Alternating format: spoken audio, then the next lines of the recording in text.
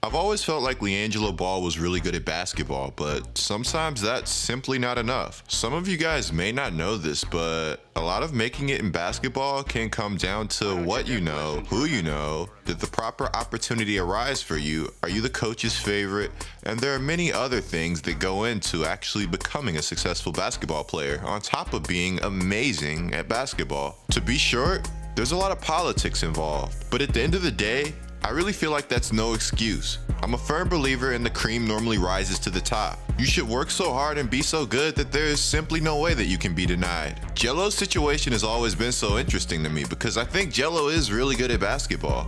I actually think he is a phenomenal basketball player.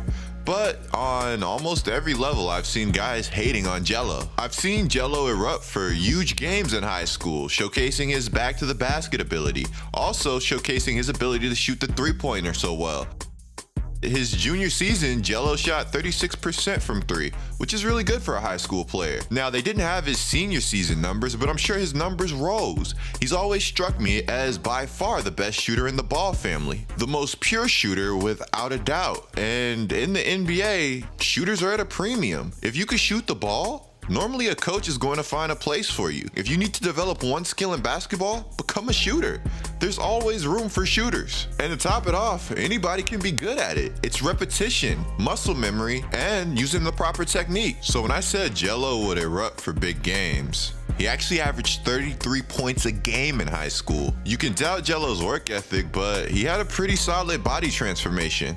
One of the better ones I've actually seen. I have to give Lavar props. For all the hate he gets, he did a really good job of putting his sons in positions to be successful. All of those things that I named earlier in the video about being in the proper system and all that stuff, Lavar made sure that his kids would get every opportunity to be special. Gelo was a 3-star recruit, which I thought was interesting, but regardless of how anybody feels on that, he was able to play his college ball at UCLA. You guys know what happened at UCLA, and honestly, I feel like that's what really set his career back a little bit.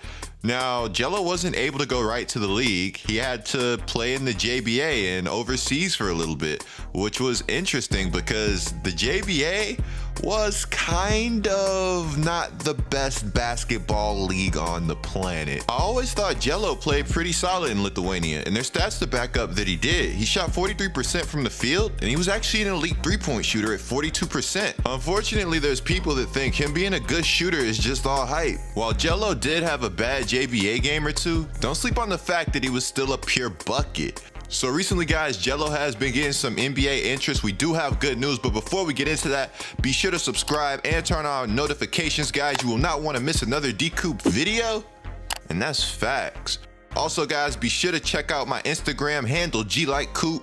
You will want to follow me on there and not miss a post, man. We're going hard for the NBA season. They say the apple doesn't fall far from the tree, right? Well, Melo is going first. Well, let me slow down. He's being mocked first in the upcoming NBA draft, but he's been destroying it in Australia, which is a pretty competitive league. Then you have Lonzo Ball, who was the 2nd overall draft pick in the draft a few years ago. This guy looks like he's going to have a breakout season for the Pelicans.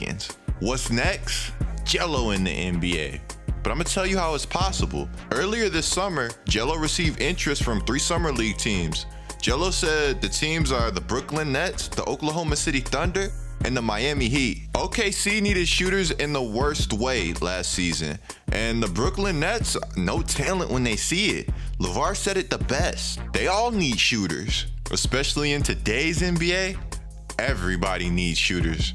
Getting on an NBA roster right now may be a little tough, but through the course of the NBA season, we do see guys come through on 10 days. And I know Gelo has been staying in the gym. He's been keeping us up to date somewhat with some footage of him shooting around, getting shots up and whatnot. What's really good for Gelo is that Lonzo is with the Pelicans.